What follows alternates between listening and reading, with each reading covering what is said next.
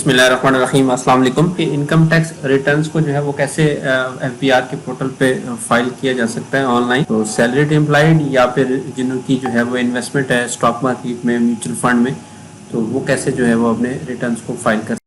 Please subscribe my channel and press the bell icon for latest updates. Thank you.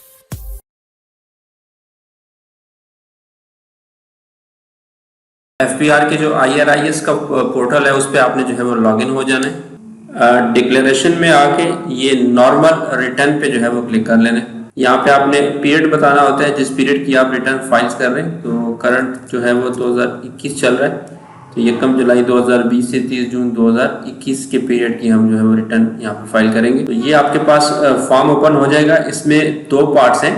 पहला जो parts है वो income से related है।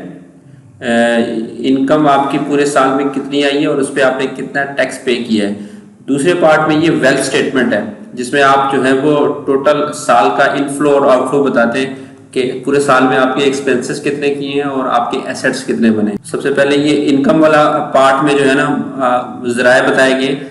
एम्प्लॉयमेंट है, आपकी इनकम प्रॉपर्टी से हो सकती है, बिजनेस हो सकता है, कैपिटल एसेट्स हो सकता है, या इसके अलावा अदर सोर्सेज वगैरह हो सकते हैं। तो ये सब जो 5-6 टैब्स हैं ये सारे जो है ना वो इनकम से रिलेटेड है। आपकी इनकम जिस जरिए से आ रही हो वो वहाँ पे आपने मेंशन करना है। हम चूंकि सैलरीड पर्सन के लिए कर रहे हैं तो सैलरीड पर्सन के लिए एम्प्लॉयमेंट में आके यहाँ पे सैलरी की अपनी डिटेल दे देनी है।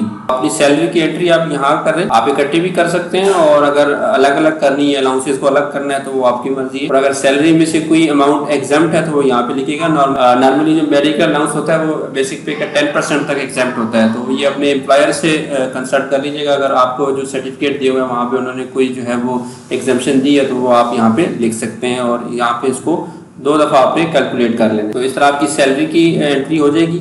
अब स्टॉक मार्केट में अगर आपने इन्वेस्टमेंट की हुई है तो फिर आपकी 2 एंट्रियां बनती हैं। एक कैपिटल गेन आपको अगर कोई मिला है, दूसरा अगर आपकी कोई डिविडेंड इनकम है, तो उन दोनों की एंट्रीज जो है ना वो आपने यहाँ पे करनी है। तो पहले जो है वो कैपिटल गेन की एंट्री देख लेते हैं। कैपिटल गेन के लिए आपने यहाँ पे कैपिटल एसेट्स में आना है और कैपिटल गेन ऑब्लिक लॉस पे जो है ना वो क्लिक कर लेना है। तो यहाँ पे आपका जितना कैपिटल गेन बनेगा यहाँ पे आपने उतना लिख लेना है। ये आपको NCCPL की जो सर्टिफिकेट मिलेगा एनुअल टैक्स गेन का, उस पे जो वैल्यू लिखी होगी वो आपने यहाँ पे इसी तरह एज इट एंटर कर देनी है। और जितनी एंट्री आपने यहाँ करनी है उतनी ही आपने साथ वाले में एग्जाम्प्ट में भी कर देनी है, क्योंकि ये फाइनल टैक्स होता है। इसकी हम टैक्स ट्रीटमेंट जो है वो नीचे फाइनल वाले टैक्स में करेंगे। तो यहाँ पे अगर आपने एग्जाम्प्ट वाले में नहीं लिखा तो ये इसको भी आपके सैलरी में काउंट करके दोबारा से आपकी टैक्सेशन वो ऐड कर देगा सिस्टम ना।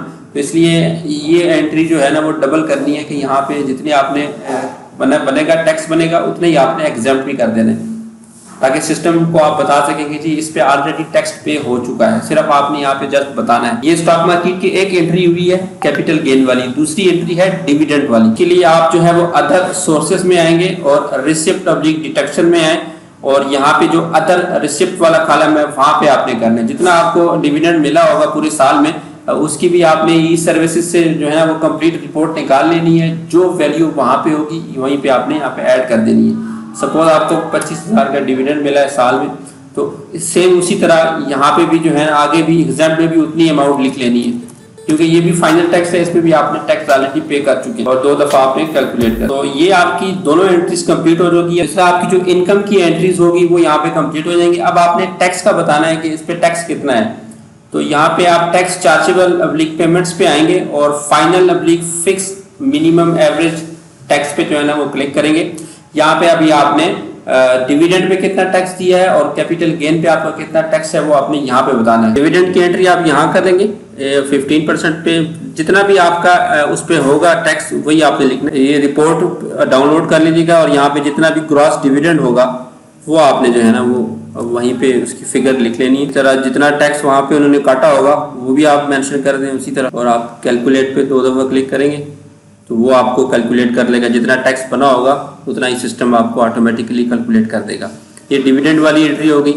कैपिटल गेन वाली एंट्री भी सेम हम इसी तरह करेंगे। ये capital gain on securities 37A, जिस भी कैटेगरीज में आप फॉलो करते हो उसके अगेंस्ट ही आपने वो वैल्यू लिख लेनी है। ये भी आपने वही NCCPL सर्टिफिकेट से इसी तरह वैल्यू उठानी है और आगे जो है जितना टैक्स उन्होंने काटा होगा NCPL ने वही आपने यहाँ पे ऐड करके क्लिक कर लें। तो इस तरीके से आपकी स्टॉक मार्केट की 2 एंट्रीज हो जाएंगी। उसके अलावा अगर आपकी प्रॉपर्टीज की भी कैपिटल गेन है तो वो भी इसी की भी यहाँ पे जो है ना वो ऑप्शंस हैं। जितने भी आपके फाइनल टैक्सेस है ना उनकी जो है वो डिटेल्स यहाँ पे लिखी हुई है। आपसे रिलेटेड जो भी हेड होगा उस पर आपने सेम इसी तरह एंट्री कर लेनी है। जो आपके पास डॉक्यूमेंट होगा उसमें जो लिखा होगा वही आपने यहाँ पे जस्ट फीड कर देना है।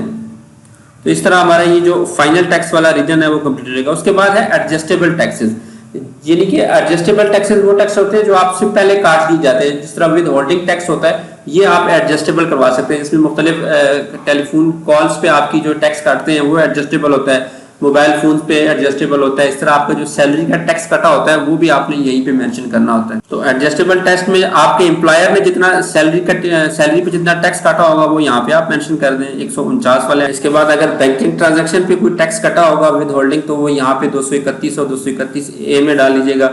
मोटर व्हीकल रजिस्ट्रेशन वाली यहाँ पे एंट्री आएगी।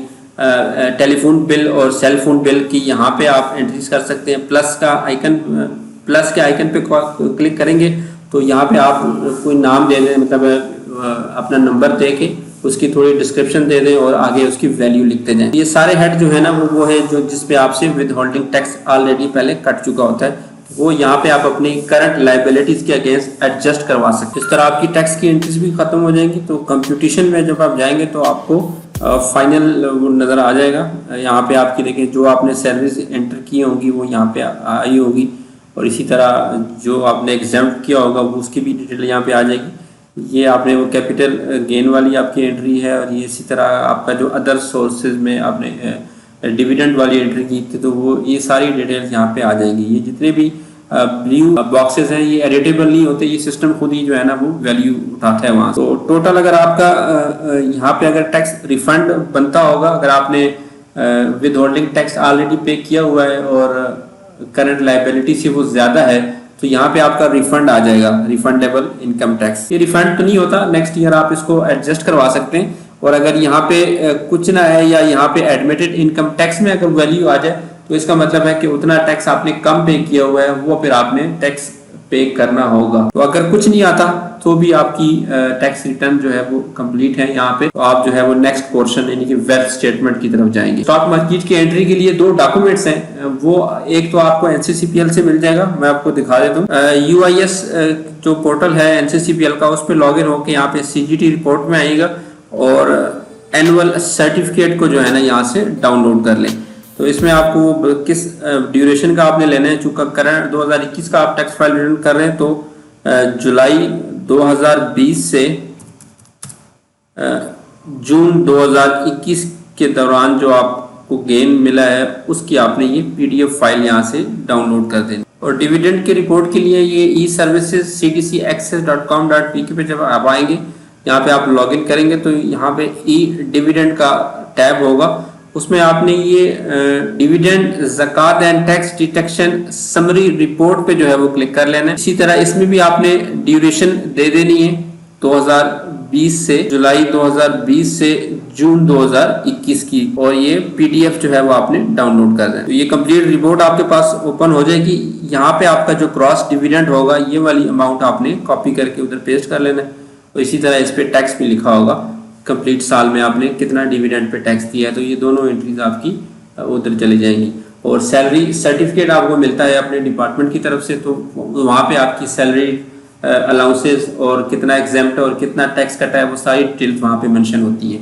इसके अलावा अगर आपने विद होल्डिंग टैक्स को एडजस्ट करवाना है तो वो आप कंसर्न डिपार्टमेंट से टैक्स सर्टिफिकेट ले सकते हैं। जिस तरह टेलीनार की अगर आपने मोबाइल फोन पे जो आपका टैक्स कटा है वो एडजस्ट करवाना है तो आप टेलीनार की फ्रेंचाइज पे जाके या ऑनलाइन जो है वो आप उससे टैक्स डिडक्शन सर्टिफिकेट ले लीजिएगा। जिसने भी आपसे टैक्स कटा है उससे आपने जो है ना वो टैक्स डिडक्शन सर्टिफिकेट ले लेना है। जो वैल्यूज होंगी वो आपने यहाँ पे IRS के पोर्टल पे जो है वो फिल कर देनी है। तो जब आप ये फर्स्ट पार्ट कंप्लीट कर लेते हैं इनकम वाला, उसके बाद आपने अपनी वेल्थ स्टेटमेंट का बताना होता है, तो वो नेक्स्ट वीडियो में देख लेते हैं।